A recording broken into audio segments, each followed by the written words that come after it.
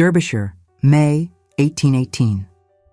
The morning rain fell against the windows of Ravenscross Manor with a persistence that matched the knot of anxiety tightening in Penelope Margaret Crane's chest. She stood in the entrance hall, her worn traveling cloak still damp despite the footman's attempt to shake off the excess water, and wondered if accepting this position had been desperation or folly.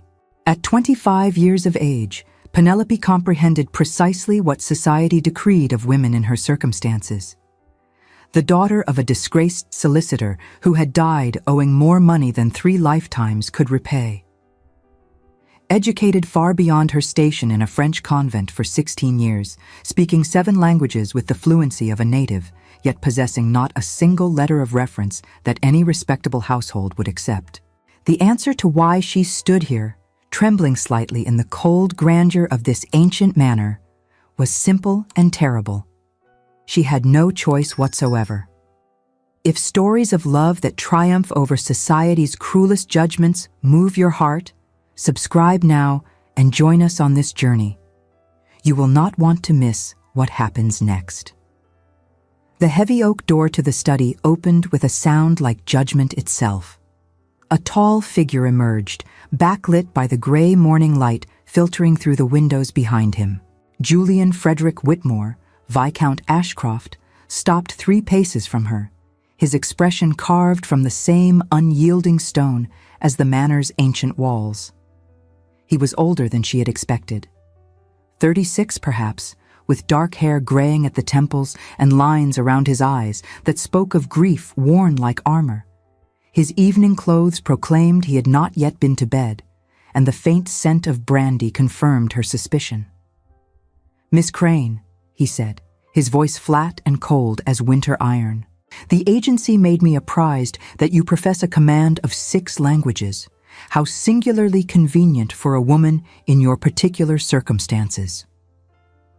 Penelope felt the familiar, scalding shame rise in her throat, but 16 years in a convent had taught her discipline, if nothing else. She met his gaze directly, her spine straight, despite the weight of exhaustion and despair. "7 languages, my lord," she replied, her voice steady. "French, Italian, German, Latin, Greek, Hebrew, and English." The agency was working from incomplete information. The Viscount's eyes narrowed. For a long moment, he simply stared at her, and she could see the calculation behind his cold assessment.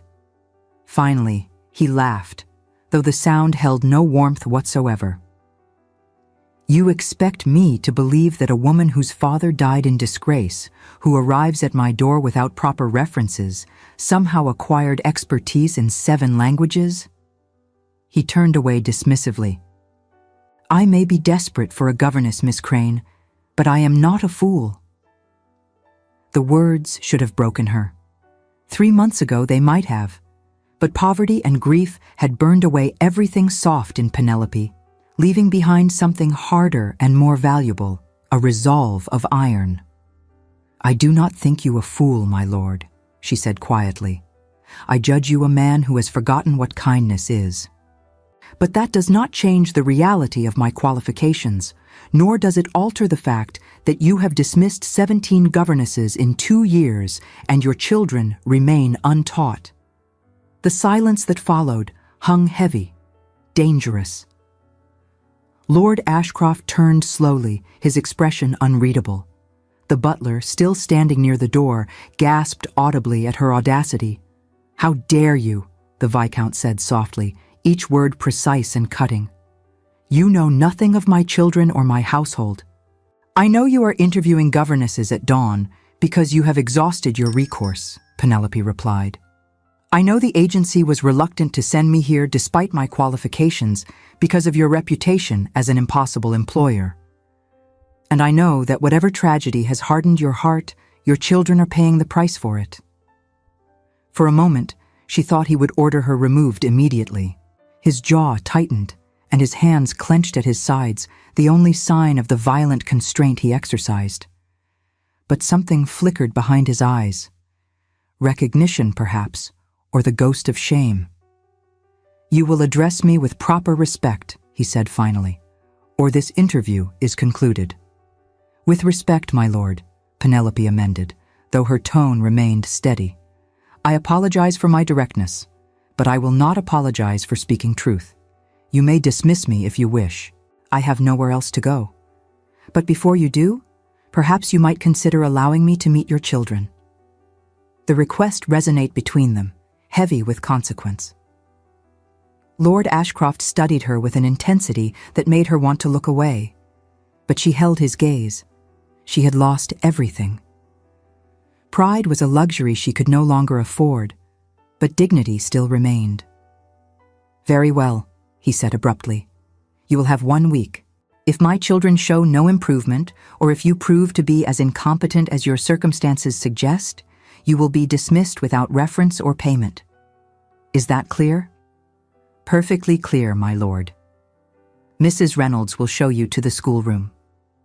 He turned back toward his study, then paused. And Miss Crane, the children are not your concern beyond their education. You will maintain appropriate boundaries at all times. I will not have another governess attempting to ingratiate herself into this family's affairs. The door closed behind him with decisive finality. Penelope released a breath she had not realized she was holding. The housekeeper, Mrs. Reynolds, a woman of perhaps 50 years with kind eyes and a worried expression, stepped forward. This way, miss, she said gently. I should warn you about the young masters and Miss Sophie before you meet them. They climbed the grand staircase, their footsteps muffled by thick carpet. Portraits of stern ancestors watched their progress with painted disapproval. Mrs. Reynolds spoke in low tones as they walked. The eldest is Master Thomas, 14 years old and sharp as his father, but terrified of making mistakes. Drives himself to exhaustion, trying to be perfect. She paused on the landing. His lordship is very strict with the boy, expects excellence in everything. And the others? Penelope prompted. Miss Sophie is 11, sweet child, but she hides her true interests, loves plants and gardens, but his lordship forbids such pursuits as unsuitable for a lady of her station. Mrs. Reynolds's expression grew more troubled.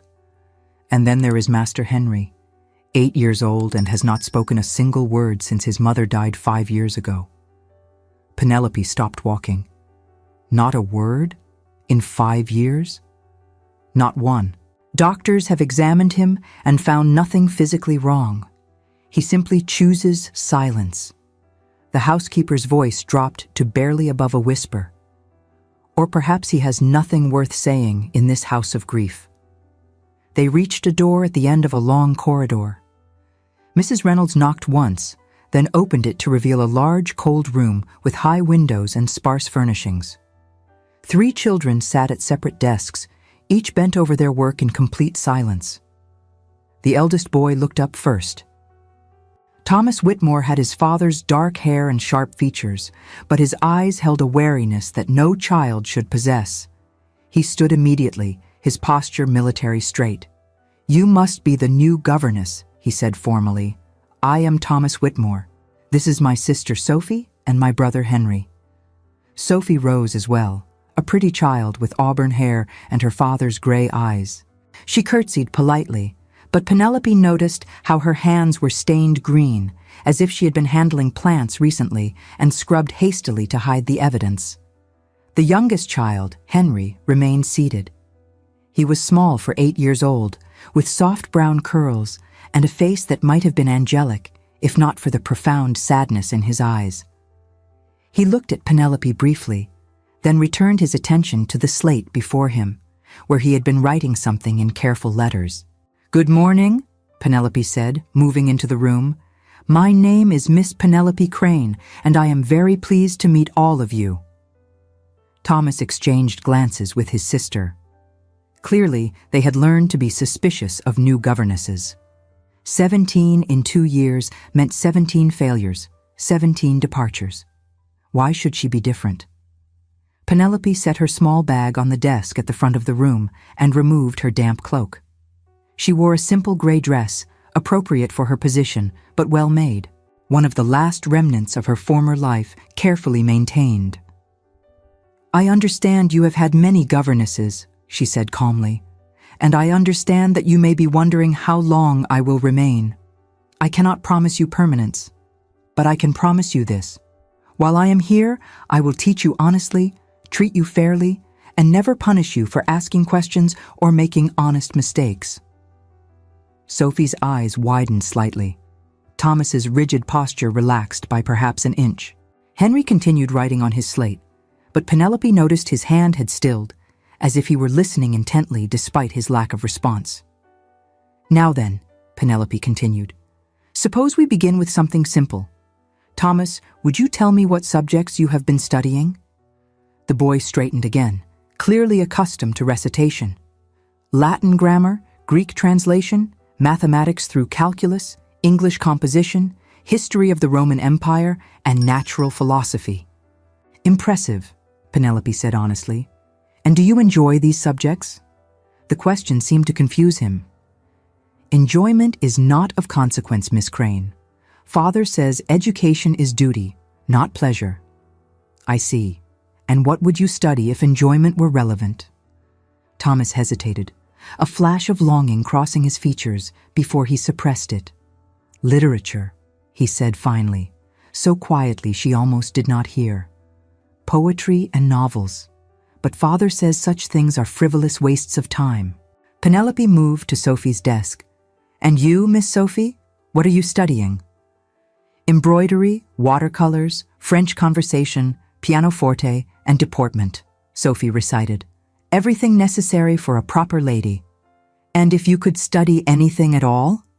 Sophie bit her lip, glancing toward the door as if expecting her father to burst through at any moment. "Botany," she whispered. "I want to understand how plants grow and why some thrive while others fail. I have been keeping secret notes, but Father would be very angry if he knew." Penelope nodded thoughtfully, then approached Henry's desk. The boy had written something on his slate in neat, careful letters. She read it silently. "I can write words, but I cannot say them. Sometimes silence is safer than speaking."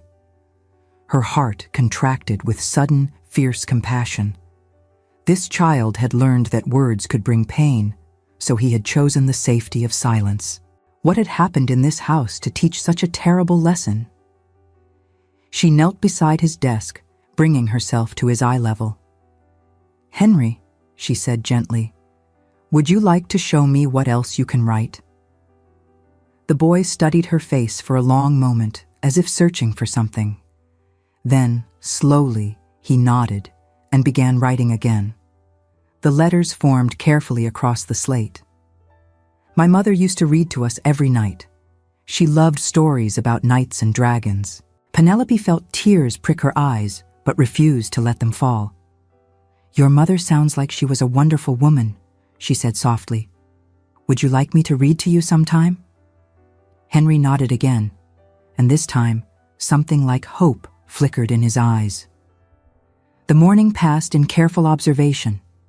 Penelope listened more than she taught, asking questions and making mental notes. Thomas was brilliant, but terrified of imperfection. Sophie was curious and bright, but had learned to hide her true interests. Henry communicated entirely through his slate, writing eloquent sentences that revealed a thoughtful, sensitive nature trapped in self-imposed silence. By noon, when Mrs. Reynolds arrived to take the children to their midday meal, Penelope had begun to understand the challenge before her. These were not undisciplined or unintelligent children. They were children who had learned to bury their true selves to avoid disappointing their grieving, exacting father. She ate alone in the schoolroom, a simple meal of bread and cold meat. Through the window, she could see the gardens below, gray and dripping under continued rain. A figure moved among the hedges. Sophie, walking quickly despite the weather, her arms full of something green. Penelope considered calling out to stop her, then decided against it. The child needed space to breathe, even if it meant bending rules slightly. Instead, she used the time to organize her thoughts and plan lessons that might reach these wounded children.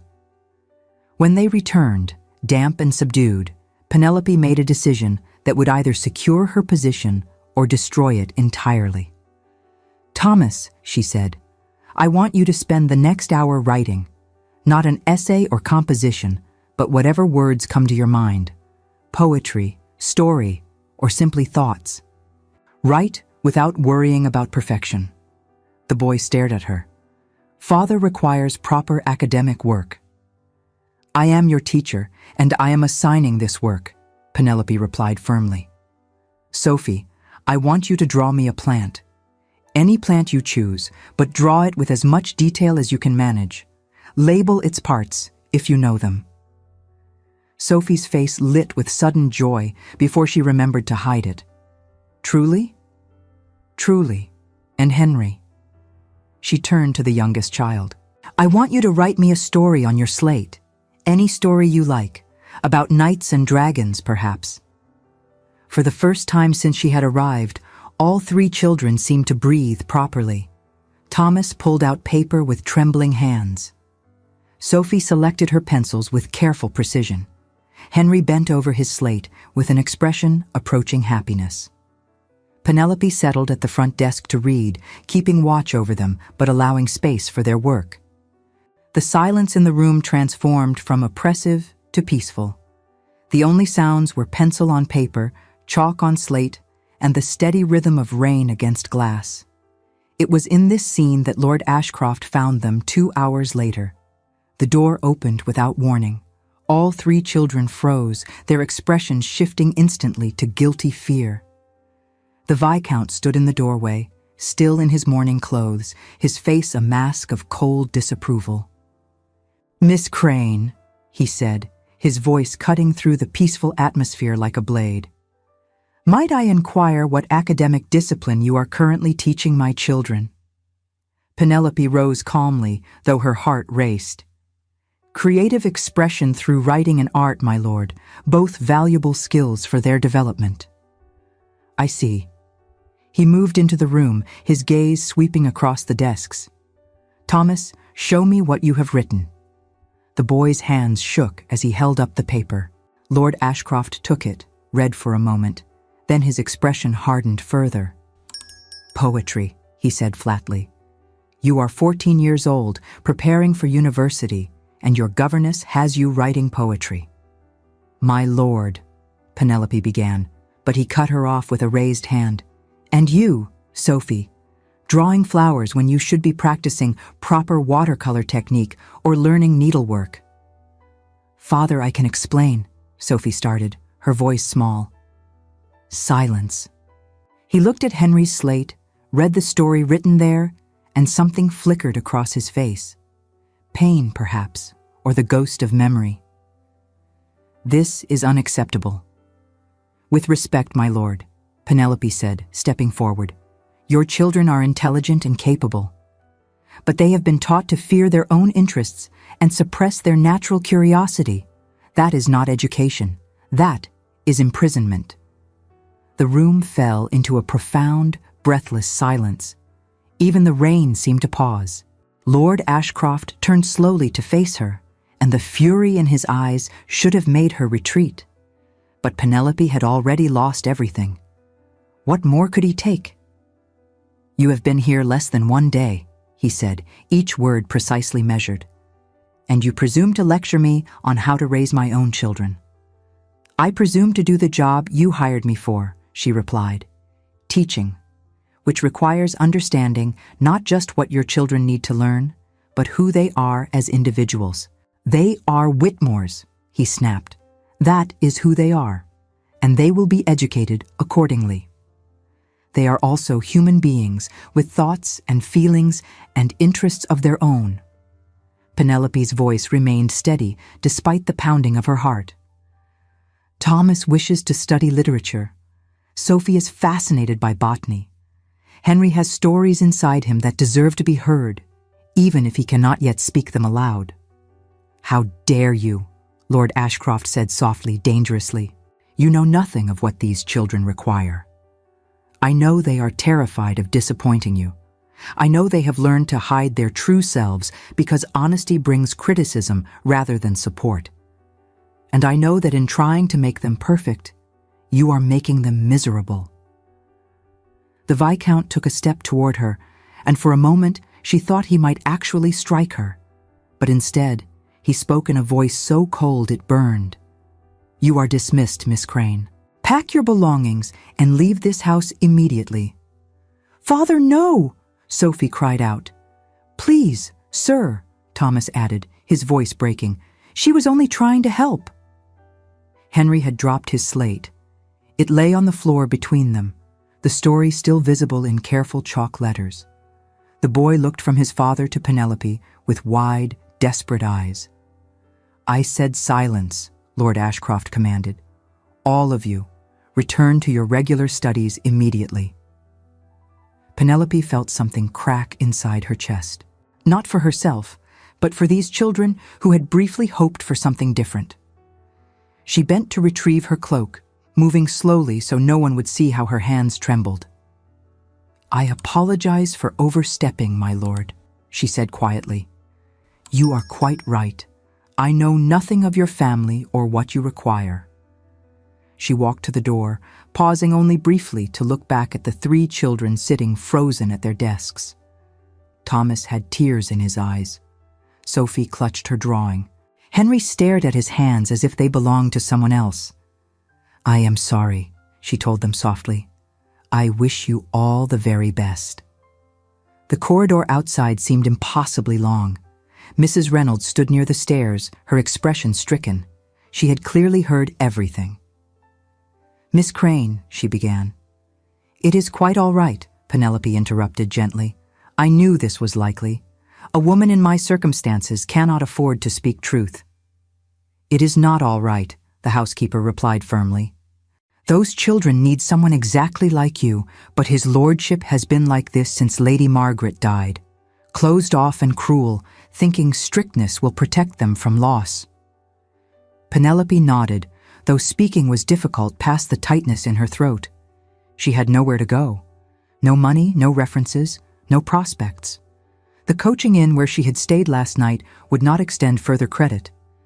By nightfall, she would be sleeping in a ditch somewhere along the road. But she had done what was right. That would have to be enough. She was halfway down the grand staircase when she heard footsteps running behind her. Henry appeared at the top of the stairs, his small face flushed with effort. He held his slate clutched against his chest. For a moment, they simply looked at each other. Then the boy raised his slate so she could read what he had written. "Please do not go. You are the first person who listened." The tears came then, despite all her efforts to prevent them. Penelope climbed back up the stairs and knelt before the child, ignoring propriety and position. "I have to go," she whispered. "Your father has dismissed me.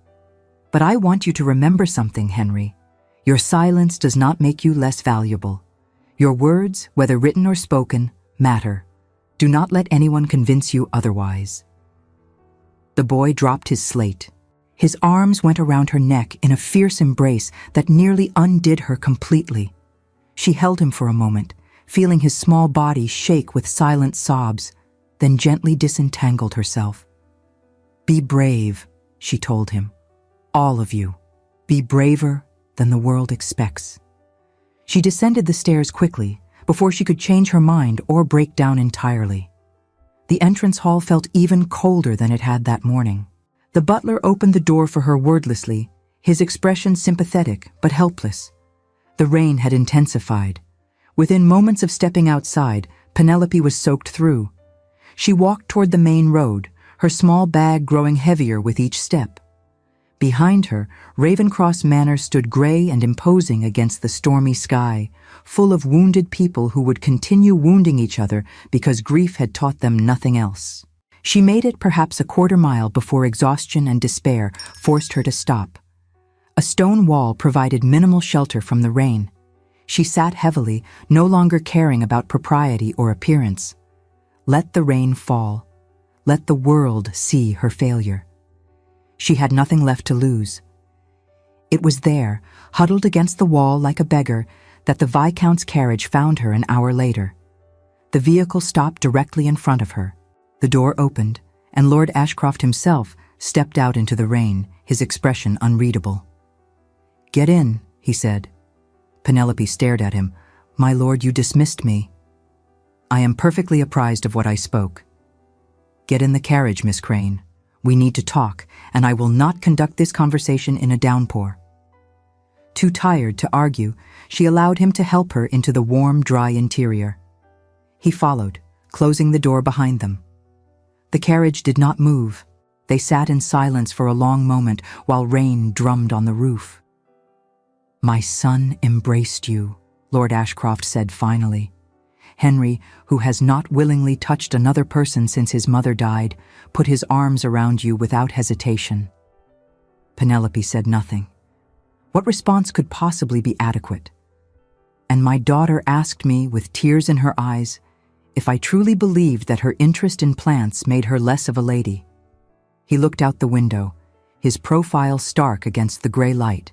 "While my eldest son informed me that he would rather have no education at all than continue under the current system. Children speak from emotion, my lord. They did not mean to be disrespectful. No." He turned to face her. "They meant every word, just as you meant every word you said to me this morning. I apologize for my presumption." "Stop apologizing," he said sharply. "You were right about all of it." The admission seemed to cost him something. His hands clenched on his knees, his jaw tight with the effort of the words. "My wife died giving birth to Henry," he continued, his voice rough. "The labor was prolonged and terrible, and I stood helpless, listening to her suffering. By the time it ended, I had lost her and gained a son who would never know his mother.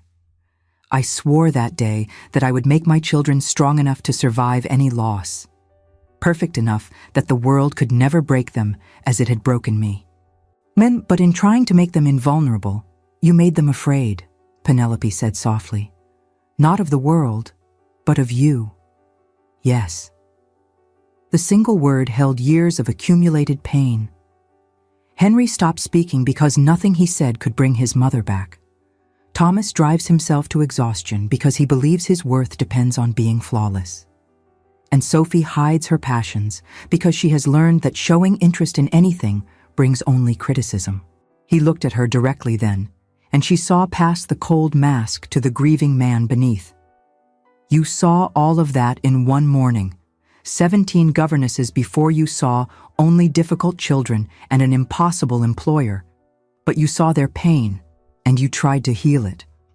I am not qualified to heal anyone, my lord. I am scarcely governing my own situation.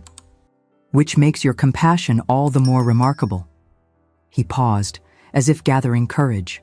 "Miss Crane, I want to offer you the position again, not for 1 week but permanently, with proper salary and accommodation. But this time, I ask that you teach my children not according to my specifications, but according to their needs." Penelope stared at him, certain she had misheard. "You want me to stay? More than that, I want you to help me become a better father." The admission clearly cost him. "I do not know how to love them without fear, but perhaps you can teach us all how to be human again." The carriage was warm. Outside, rain continued its relentless fall, and Penelope Margaret Crane, who had believed she had nothing left, found herself with a choice more complicated than simple employment. "I accept," she said finally, "on one condition." "Name it." "You must allow me to include you in some of the lessons. If your children are to learn freely, they need to see that their father values learning for its own sake, not merely as duty." Lord Ashcroft looked startled, then thoughtful. "Very well. Though I warn you, I am not an easy student." "I did not imagine you would be." She allowed herself a small smile. "Shall we return to the manor then? I believe we have 3 children waiting anxiously for news." The carriage turned, heading back toward Ravencross Manor. And though Penelope did not know it yet, that decision would change everything for all of them in ways both painful and profound. The children were waiting in the entrance hall when they returned, their faces pale with worry. Henry saw Penelope first and ran to her with a speed that shocked everyone present. She caught him instinctively, holding the small boy close while he buried his face in her damp cloak. "I have asked Miss Crane to remain as your governess. Lord Ashcroft announced, his voice formal but not cold. "And I have agreed to some changes in your education. Thomas, you will continue your classical studies, but may also pursue literature if you wish. Sophie, we will arrange proper instruction in botany. And Henry." He paused, his voice softening. "Henry may continue writing his stories." The three children stared at their father as if he had begun speaking a foreign language. Thomas found his voice first. "Father, do you mean it? Truly?" "I do." The Viscount moved toward them slowly, as if approaching skittish horses. "I have been too harsh, too rigid. Miss Crane has helped me see that strength comes not from denying oneself, but from understanding what makes us who we are." Sophie took a tentative step toward him. "You are not angry about my herbarium? I should like to see it, if you would show me." He looked uncomfortable with the admission, but determined. "I do not promise to understand your interest, but I promise to respect it." Henry released Penelope and turned to face his father. For a long moment, father and son simply looked at each other. Then the boy reached for his slate and wrote carefully, "I miss Mama, but I also miss you." Lord Ashcroft's composure finally cracked. He dropped to his knees before his youngest son, pulling the boy into an embrace that was fierce and desperate. "I am here," he whispered. "I am so sorry, Henry." "I am here now." Thomas and Sophie joined them, all three children clinging to their father while he held them as if they might vanish like smoke. Penelope stepped back quietly, giving them privacy for this moment they so desperately needed. Mrs. Reynolds appeared at her elbow, tears streaming down her face. "You did that," she whispered. "One morning, and you broke through 5 years of grief." "I simply spoke truth," Penelope replied. "They did the rest themselves." But watching the family embrace in the entrance hall, she felt something shift inside her chest. Purpose, perhaps, or the beginning of hope that her own losses might serve some greater good. The weeks that followed brought gradual transformation. Penelope restructured the curriculum to balance traditional requirements with the children's interests. Thomas excelled in Latin and Greek, but glowed when discussing Shakespeare and Milton.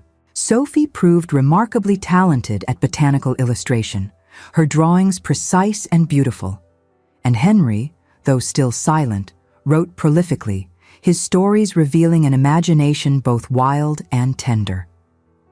Lord Ashcroft joined them for afternoon lessons 3 times per week. Penelope taught the basics of modern languages, and though she had expected him to be a difficult student, he proved surprisingly adept. His French improved rapidly. His Italian showed promise, but it was during a lesson in German that everything changed again. They were 6 weeks into her tenure when word arrived that a delegation from Prussia would be visiting Ravencross Manor. The Duke of Saxe-Weimar, an important diplomatic ally, would arrive in 3 days with his entourage. A formal dinner was planned, an opportunity for Lord Ashcroft to strengthen political relationships crucial to England's continental interests. Penelope was not, of course, expected to attend. Governesses did not dine with diplomats. But Lord Ashcroft asked her to help him prepare his remarks in German, as the Duke was known to prefer conducting important business in his native language. They worked in the library that evening after the children had retired. Penelope had prepared several standard diplomatic phrases, working through pronunciation and grammar. But she noticed Lord Ashcroft struggling more than usual, his frustration evident. "My lord," she said carefully, "are you feeling unwell? You seem more distracted than in previous lessons." He set down the paper abruptly, his expression tight. For a moment, she thought he would dismiss her question. Then, slowly, he spoke. "I cannot read properly, Miss Crane. The letters, they shift and blur. Always have. I learned to compensate, to memorize, to have secretaries prepare everything in advance. But technical discussions, diplomatic language I have not previously studied, These expose my weakness." Penelope stared at him. "You have difficulty reading? But your correspondence, your work in Parliament, all managed carefully with assistance. My late wife knew, my secretary knows, and now you know." He looked at her directly, and she saw shame mixed with defiance. "I trust you will keep this confidence." "Of course, my lord, but there are methods that can help. If we approach the material differently, if I read sections aloud and you repeat them until they become familiar, you will manage perfectly well." They worked for another 2 hours, Penelope patiently reading passages while Lord Ashcroft committed them to memory. His intelligence was formidable. What his eyes struggled to process, his mind captured and retained with remarkable precision. "You are doing excellently," she assured him as they concluded. "You will represent England brilliantly. Thanks to your assistance." He closed the book carefully. "I do not say this often enough, Miss Crane, but your presence here has been invaluable. To the children, certainly, but also to me." The words, spoken quietly in the lamplight, created an intimacy that made Penelope suddenly aware they were alone together in a way that exceeded propriety. She stood quickly. "I should retire, my lord. It grows late." "Yes." But he did not move. "Miss Crane, I want you to know that is..." He stopped, frustration crossing his features. "You have shown my family great kindness. I am grateful." "It is my position, my lord. No gratitude is necessary." But as she left the library, she felt the weight of his gaze following her, and something inside her chest tightened with an emotion she could not quite name. The evening of the diplomatic dinner arrived with unseasonable warmth. Ravenscross Manor glowed with candlelight, the state dining room prepared for formal entertainment. Penelope kept the children in the schoolroom, far from the important proceedings below, though all of them were curious about the visiting foreigners. "Father will do wonderfully," Thomas said loyally. "He always does." Sophie was less certain. "He seemed nervous this morning. I have never seen Father nervous before." Henry wrote on his slate. Miss Crane helped him practice German. He will remember everything she taught him. They were finishing their evening meal when a footman appeared at the door, breathless and urgent. "Miss Crane, His Lordship requests your presence in the state dining room immediately." Penelope set down her fork slowly. "There must be some mistake. I am not dressed for formal dinner." "His Lordship was quite insistent, miss. He said to bring you as you are." Something must be terribly wrong. Penelope followed the servant quickly, her mind racing through possibilities. Had Lord Ashcroft fallen ill? Had some diplomatic disaster occurred? The state dining room was magnificent, filled with gentlemen in evening clothes and the glittering presence of the Duke of Saxe-Weimar and his delegation. Every eye turned as Penelope entered, clearly out of place in her simple governess dress among such formal grandeur. Lord Ashcroft stood near the head of the table, his expression strained. The Duke sat to his right, speaking rapidly in German to his companions. Penelope caught only fragments, but what she heard made her blood run cold. The Duke was discussing technical matters of trade agreements, using vocabulary far beyond what she had prepared with Lord Ashcroft. And from the Viscount's frozen expression, she knew he could not follow the rapid, complex conversation. "Ah, Miss Crane," Lord Ashcroft said, his voice tight. "Please, join us. I was just telling the Duke about your remarkable facility with languages."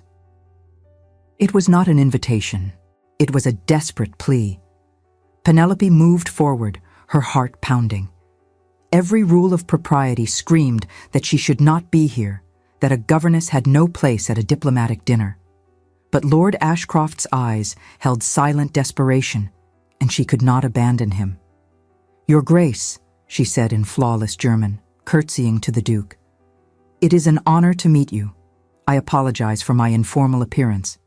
I was not expecting to join such distinguished company."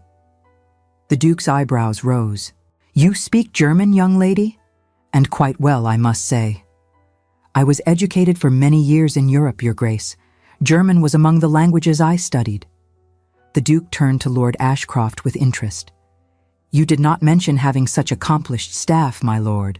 Most unusual to find a woman with proper command of my language." "Miss Crane's qualifications are exceptional," Lord Ashcroft replied, his relief barely concealed. "Perhaps she might clarify some of the technical points we were discussing." For the next hour, Penelope navigated the most delicate diplomatic waters of her life. The Duke discussed trade quotas, manufacturing specifications, and complex financial arrangements, all in rapid German thick with technical terminology. Penelope listened carefully, translating when necessary, clarifying when confusion arose, and twice gently correcting misunderstandings before they became diplomatic incidents. She was acutely aware of the stares from other guests. Lord Duncan Fairweather, a neighboring aristocrat, looked scandalized. Lady Marguerite Ashford, Lord Ashcroft's sister who had arrived for the dinner, appeared shocked and disapproving. But the Duke seemed delighted. When the conversation shifted to literature, Penelope quoted Goethe in the original German. When religion arose, she referenced Luther's writings with scholarly precision. And when the Duke's aide mentioned a passage from Kant, Penelope engaged in philosophical discussion that left the Prussians clearly impressed. "Remarkable," the Duke said finally, leaning back in his chair. "Lord Ashcroft, you have secured the services of a most unusual governess. Tell me, what other languages do you command, Miss Crane?" "Italian, French, Latin, Greek, and Hebrew, Your Grace, as well as English, naturally." 7 languages? The Duke laughed with genuine pleasure. "You could serve as interpreter for half the diplomatic corps in Europe. Please demonstrate. Say something in each language." It was a test, clearly. Penelope took a breath, then spoke a simple phrase in each language, one after another. The Duke's Italian aide confirmed her accuracy. A French diplomat present nodded approval. Even the Anglican bishop attending the dinner, when she quoted scripture in both Hebrew and Greek, looked suitably impressed. "Extraordinary," the Duke declared. "Your governess, my lord, is better educated than most of my ministers. Where did you find such a treasure?" Before Lord Ashcroft could respond, Lady Marguerite stood abruptly, her face flushed with anger. "This is completely inappropriate," she announced. "A governess, interrupting formal dinner conversation, showing off like some common performer. It is beneath the dignity of this house." The room fell silent. Penelope felt humiliation burn through her. Lady Marguerite was right, of course. She had overstepped terribly, regardless of the circumstances.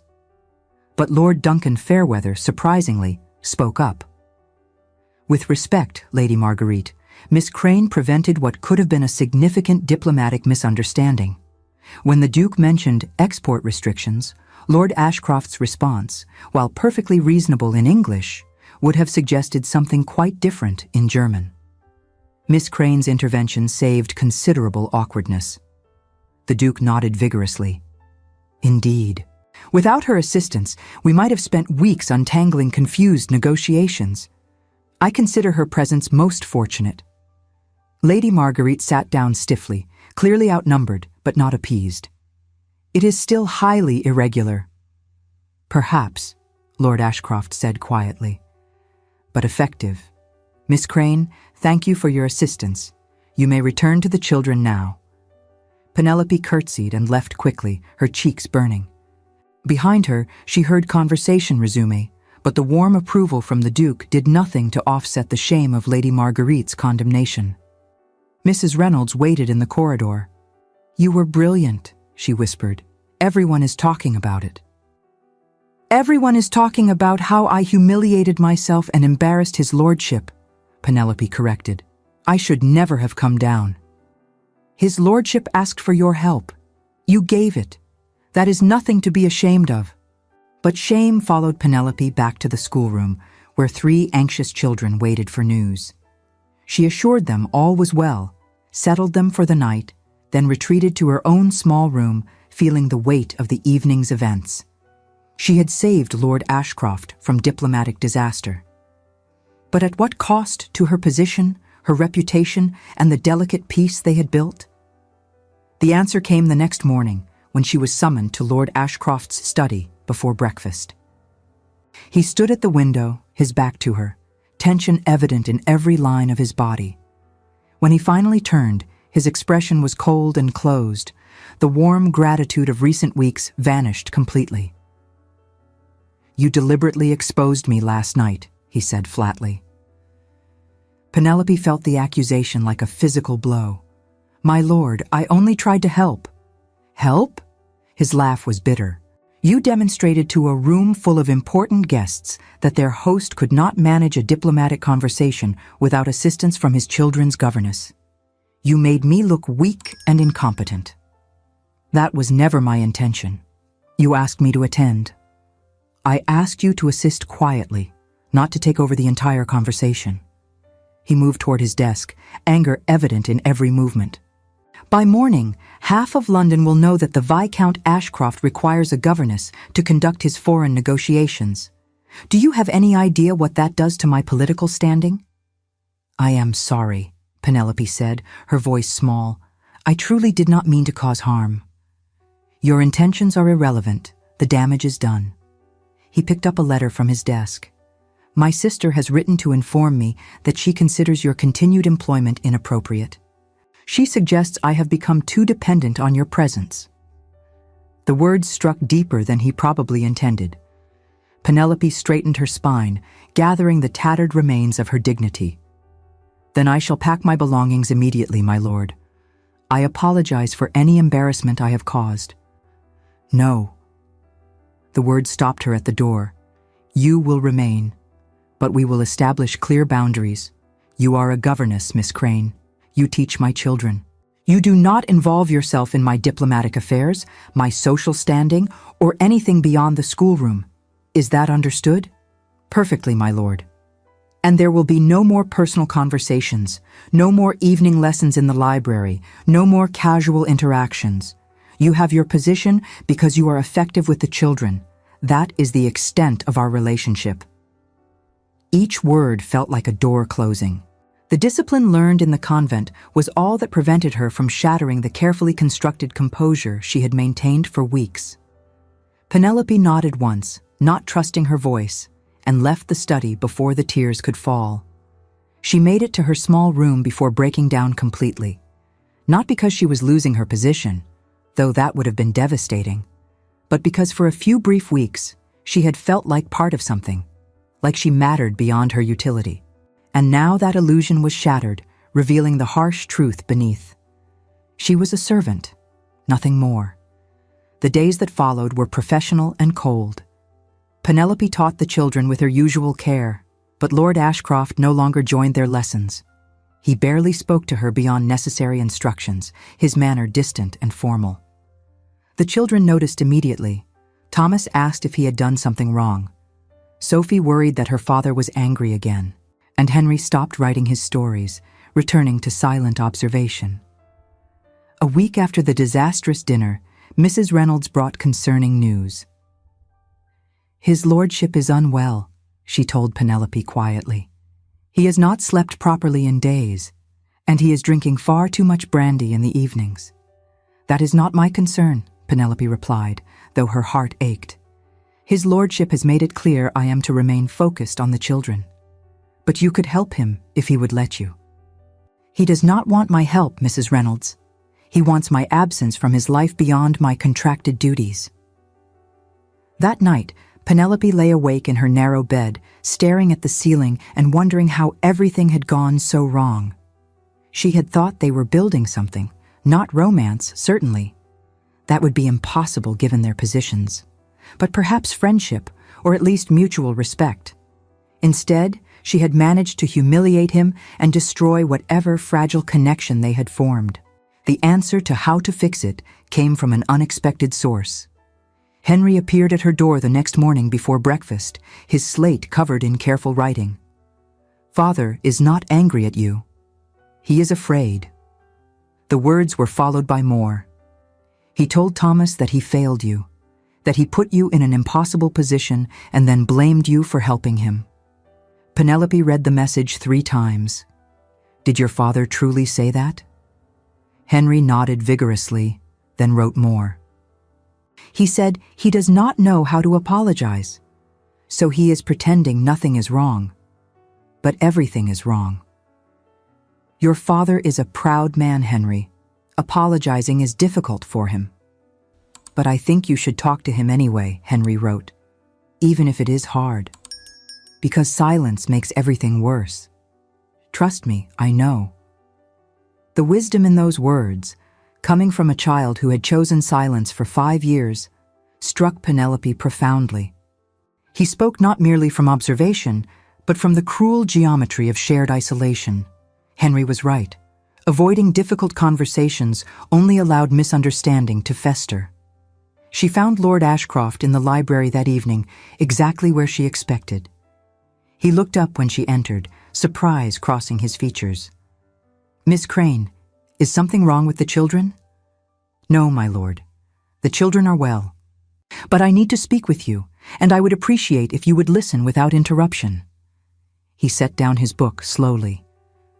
Very well. Penelope remained standing, her hands clasped before her. You accused me of deliberately exposing your weakness. That accusation was unfair and hurtful. I came to that dinner at your request. I assisted because you needed help, and I did my absolute best to preserve your dignity while preventing diplomatic disaster. Miss Crane, I do not think— You promise not to interrupt, my lord, she continued before her courage could fail. I understand that you were embarrassed. I understand that having to rely on a governess in front of important guests wounded your pride.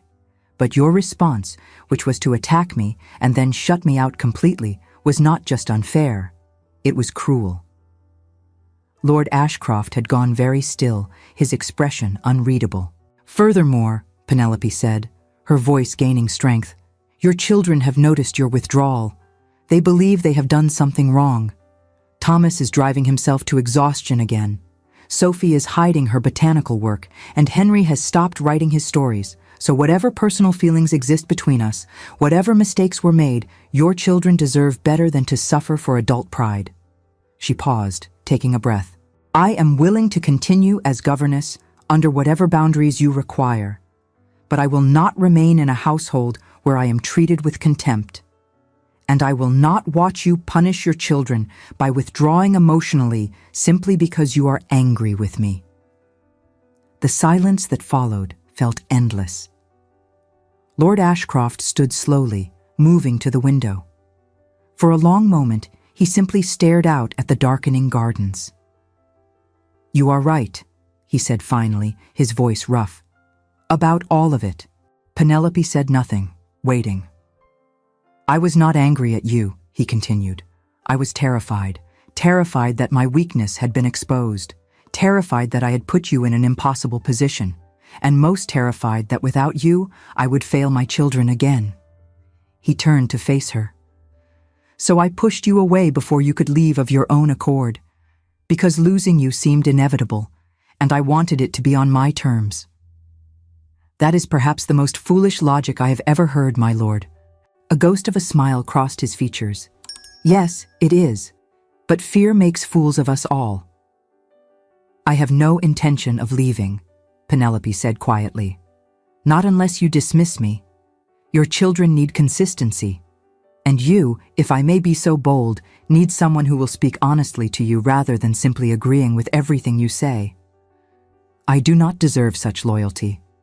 Perhaps not, but your children do. And I gave them my word that I would not abandon them. Lord Ashcroft crossed the room slowly, stopping a respectful distance away.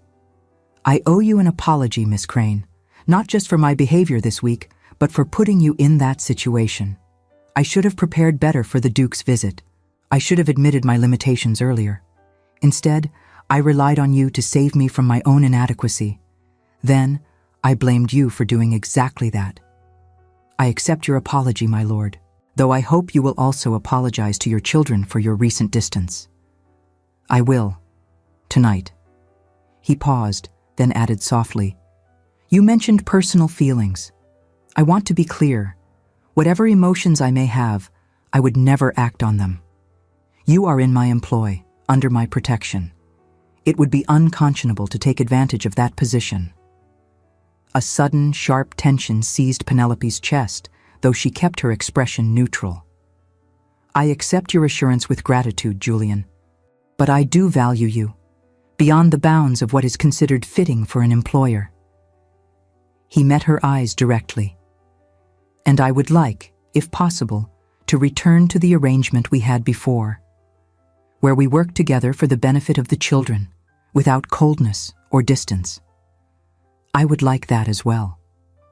They stood looking at each other in the lamplight, and Penelope felt something shift between them. Not romance, exactly. Not yet, but recognition of possibility, of potential, of something that might grow given time and proper circumstance. I should return to my room, she said finally. It grows late. Yes, good night, Miss Crane. Good night, my lord. But as she left the library, she felt his gaze following her, warm and careful, and knew that everything had changed between them, whether they acknowledged it or not. The weeks that followed brought gradual restoration of their previous ease. Lord Ashcroft resumed attending lessons, his manner toward Penelope respectful and warm. The children blossomed again, their confidence returning as their father engaged with their interests rather than simply directing them. Thomas was accepted to Cambridge for the following autumn. Sophie's botanical drawings were praised by a visiting naturalist, and Henry, in a moment of pure courage, spoke his first words in 5 years. They were reading together in the schoolroom, a quiet afternoon with rain pattering against windows. Penelope finished a chapter from Henry's favorite book about knights and dragons. As she closed the volume, she heard a voice so soft she almost missed it. "Thank you, Miss Crane." She froze, certain she had imagined it. But Henry was looking directly at her, his eyes bright with tears and triumph. "Henry?" she whispered. "Did you just speak?" He nodded, then tried again. "Thank you. For everything." Penelope pulled him into a fierce embrace, tears streaming down her face. "You spoke. Oh, Henry, you spoke." The commotion brought Thomas and Sophie running. When they realized what had happened, all 3 children were crying and laughing together.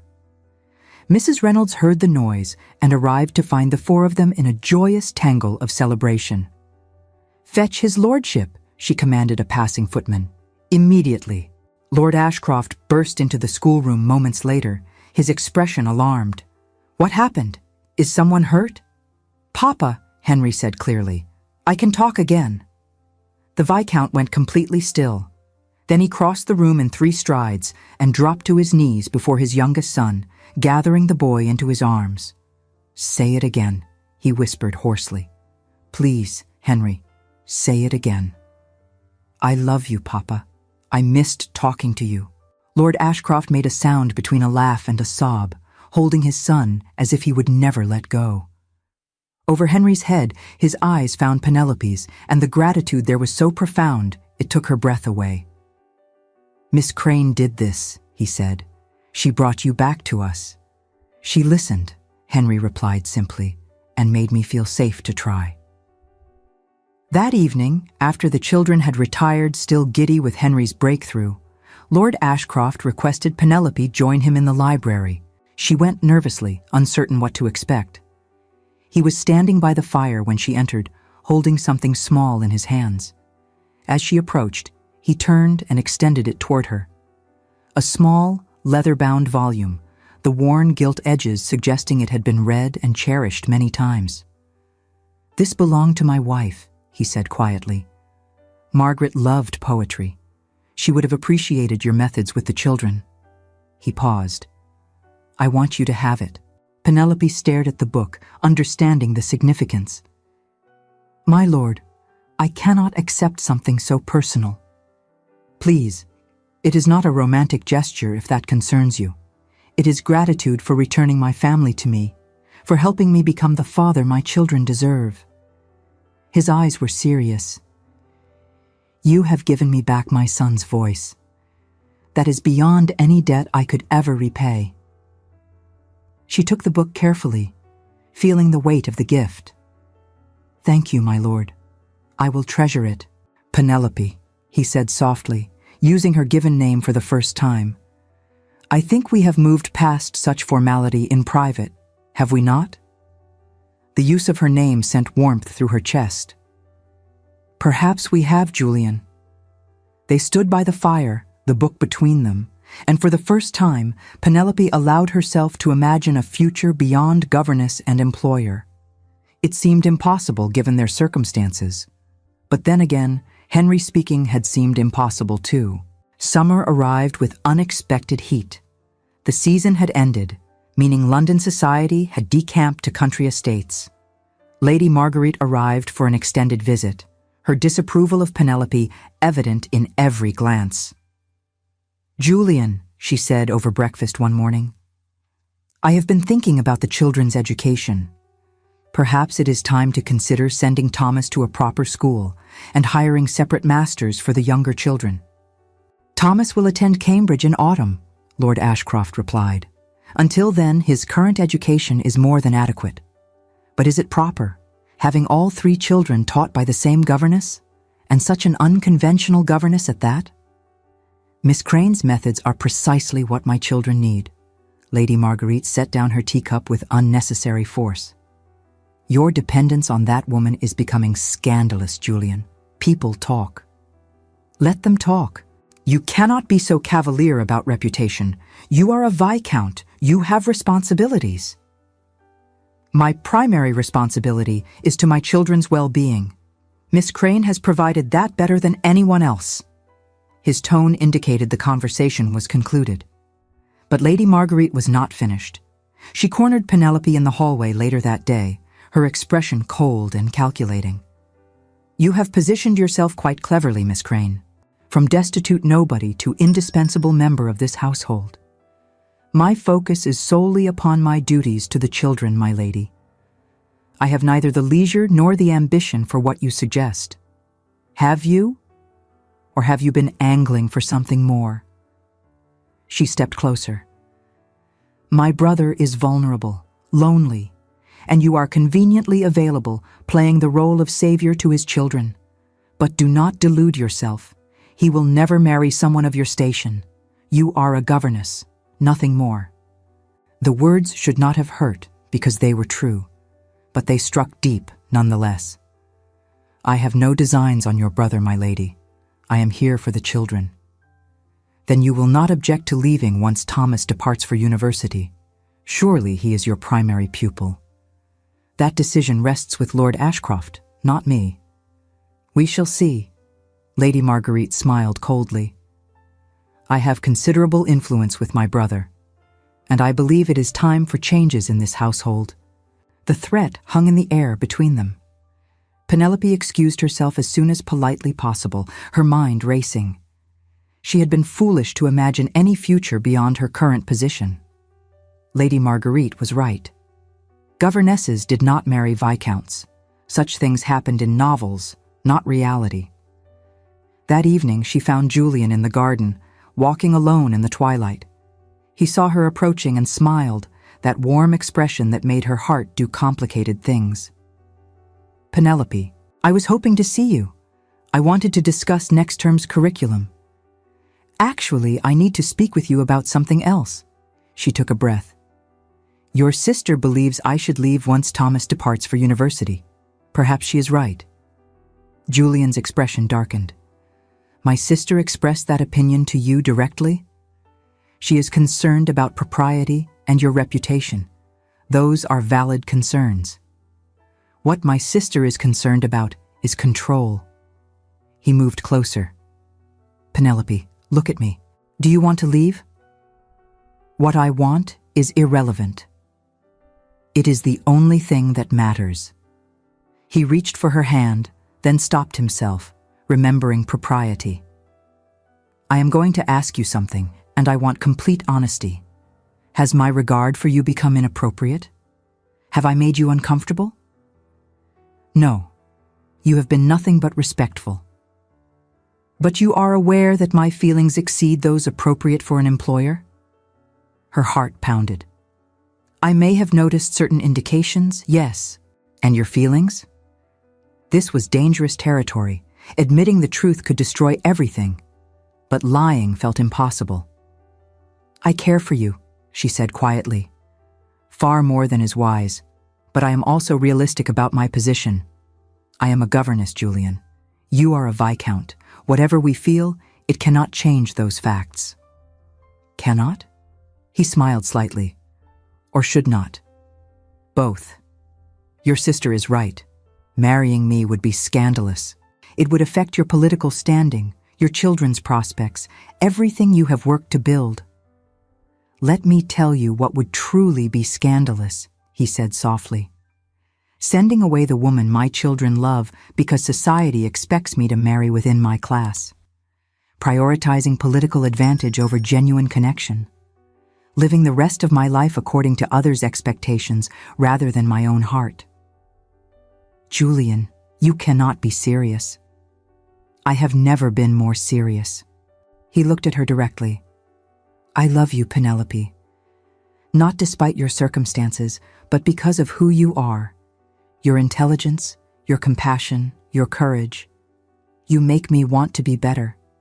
You make my children better. And I am tired of pretending that is not valuable beyond measure. Love is not enough. The practical realities can be managed. Yes, there will be talk. Some doors will close, but I have political allies who value merit over lineage. And I have 3 children who would be heartbroken to lose you." He paused. "But I will not force this.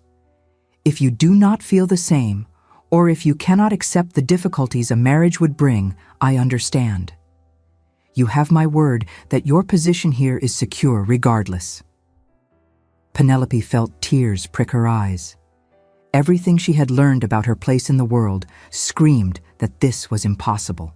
But looking at Julian's earnest face, remembering Henry's breakthrough and Sophie's joy and Thomas's growing confidence, she wondered if perhaps the rules were not as absolute as she had believed. "I do love you," she whispered, "but I am terrified." "So am I," he smiled, "but we have faced worse together. What is a little scandal compared to bringing a silent child back to speech?" Despite her fear, she laughed. "You make it sound simple." "It is not simple, but it is right." He extended his hand properly this time. "Will you consider it? No immediate answer required. Just consider the possibility." She took his hand, feeling the warmth of his touch through their gloves. "I will consider it." But considering and deciding proved to be 2 very different things. The next weeks were complicated by Lady Marguerite's increasing hostility. She made pointed comments at every meal, invited eligible ladies to visit, and generally made her disapproval evident. The children noticed and circled Penelope with fierce allegiance.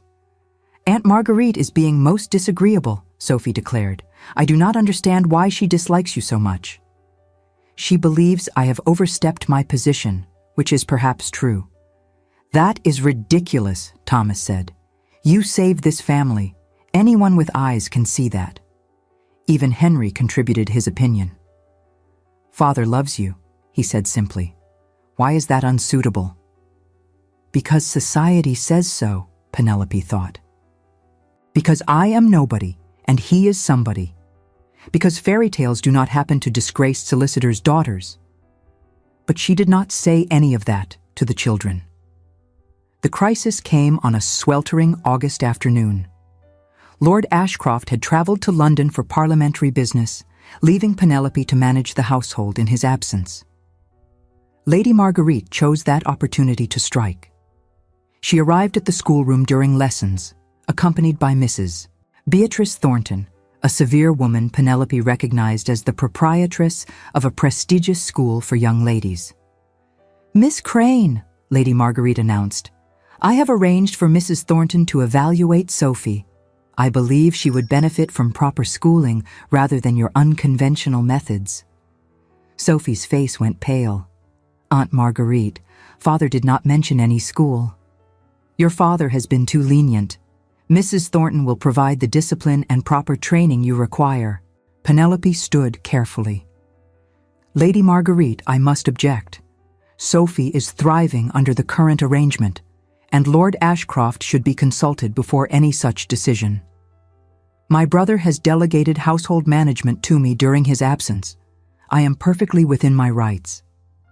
Mrs. Thornton moved to Sophie's desk, examining her work with a critical eye. "Botanical drawings," she said with disapproval. "Hardly appropriate subjects for a young lady. She should be working on decorative watercolors, not scientific illustrations." "Sophie has real talent for botanical art," Penelope protested. "It is both academically valuable and personally fulfilling." "It is inappropriate." Mrs. Thornton turned to Lady Marguerite. "I agree, the child requires proper schooling. My institution would correct these irregular inclinations." Sophie burst into tears. Thomas stood protectively beside his sister. Even Henry looked ready to fight, his small hands clenched into fists. "You cannot take her," Thomas said. "Father would never allow it." "Your father is not here," Lady Marguerite replied coldly. "And this household requires structure that Miss Crane has failed to provide." Penelope felt fury rise like a tide. Everything she had built, every careful victory, was being dismantled by a bitter woman who valued conformity over compassion. "You may have authority in Lord Ashcroft's absence," she said, her voice shaking with suppressed anger. "But you do not have the right to traumatize children to make a point about propriety. Sophie will not be going anywhere until her father returns and makes that decision himself." "You forget your place, Miss Crane." "No, I know my place exactly. It is here, protecting these children from people who would crush their spirits in the name of respectability." Lady Marguerite's face flushed. "You are dismissed, effective immediately. Pack your belongings and leave this house." "You cannot dismiss me. Only Lord Ashcroft has that authority. I am acting on his behalf. Then he can confirm your decision when he returns tomorrow." Penelope moved to stand between Mrs. Thornton and the children. "Until then, these children remain in my care." The standoff lasted only moments before Mrs. Thornton, uncomfortable with the confrontation, made her excuses and departed. Lady Marguerite glared at Penelope with pure hatred. "My brother has been bewitched by you, but I will make him see reason. You are poison in this household." She swept from the room, leaving Penelope trembling with reaction. The children clustered around her, all three speaking at once. "You were so brave," Sophie sobbed. "Father will not let her send you away," Thomas insisted. Henry simply held her hand tightly, his expression fierce. But Penelope was not certain. Lady Marguerite had been right about one thing. Penelope's position in the household had become untenable. Either she left or she stayed in a way that was proper and permanent. Lord Ashcroft returned the following afternoon to find his household in chaos. Lady Marguerite met him in the entrance hall with her version of events, painting Penelope as insubordinate and manipulative. Before she could finish, all three children appeared, talking over each other to defend their governess. "Enough," Julian said firmly. "Everyone to the library, now." They assembled in tense silence. Julian listened to each version of events carefully, his expression unreadable. When everyone had spoken, he stood and moved to the window, his back to them all. "Marguerite," he said finally, "you overstepped badly. These are my children, and decisions about their education rest solely with me. I was trying to protect them from improper influence. You were trying to punish Miss Crane for perceived sins that exist only in your imagination." He turned to face her. "I love her, Marguerite. I intend to ask her to marry me. If that displeases you, I am sorry, but it will not change my decision." Lady Marguerite gasped. The children erupted in excited exclamations, and Penelope felt the room spin around her.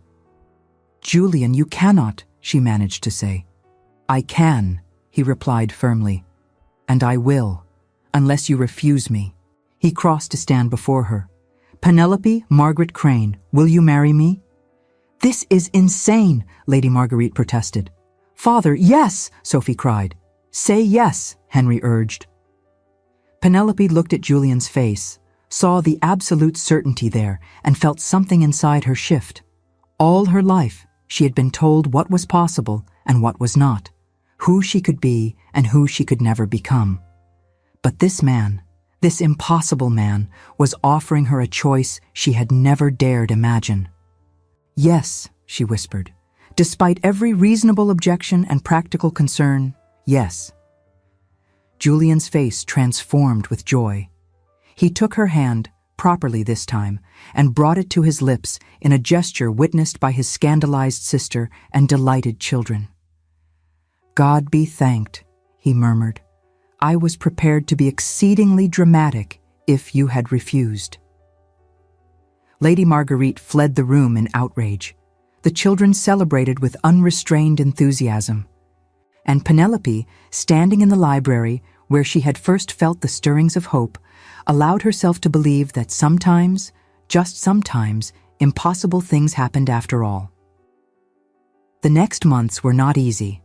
Society reacted with predictable scandal when Lord Ashcroft announced his engagement to his children's governess.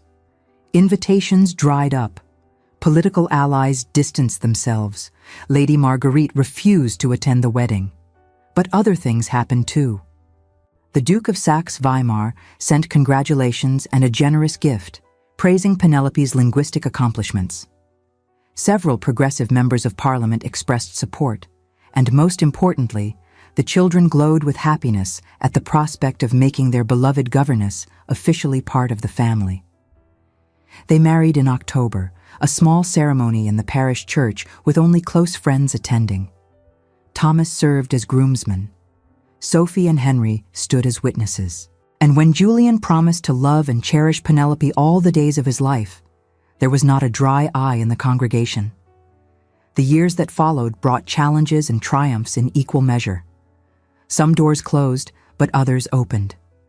Julian's political career shifted focus toward educational reform, where Penelope's insights proved invaluable. Thomas thrived at Cambridge. Sophie pursued botanical studies with determination. And Henry, who had found his voice, discovered a calling toward ministry. 8 years after that rainy morning when Penelope first arrived at Ravenscross Manor, the family gathered for Christmas. Thomas, now 22 and managing the estates, had brought his new wife. Sophie, 19 and recently married to a botanist who appreciated her mind as much as her beauty, glowed with contentment. Henry, 16 and preparing for ordination, read scripture at dinner with a voice clear and strong. 2 additional children had joined the family. Margaret, 6 years old and already showing her mother's linguistic gifts, and little Julian, 4, who collected beetles and asked endless questions about everything. They gathered in the drawing room after dinner, a portrait of hard-won happiness. Julian held his wife's hand, a gesture that had once seemed impossible, now natural and right. "I have been thinking," Thomas said, addressing Penelope, "about what you taught us, about courage and honesty and refusing to be diminished by circumstances." "I did not teach you that," Penelope replied gently. "I simply reminded you of what was already inside you." "You taught me that intelligence without compassion is worthless," Sophie added, "and that true ladies can pursue science without being less feminine." Henry smiled. "You taught me that silence might feel safe, but finding my voice was worth the risk." Julian squeezed Penelope's hand. "And you taught me that vulnerability, when offered honestly and within appropriate bounds, is strength rather than weakness." Penelope looked around at the family she had never expected to have. Not perfect, certainly. Still navigating society's judgments and the ongoing challenges of their unconventional union. But real, loving, complete. "You all taught me something far more valuable," she said softly. "You taught me that worth is not determined by circumstances or position.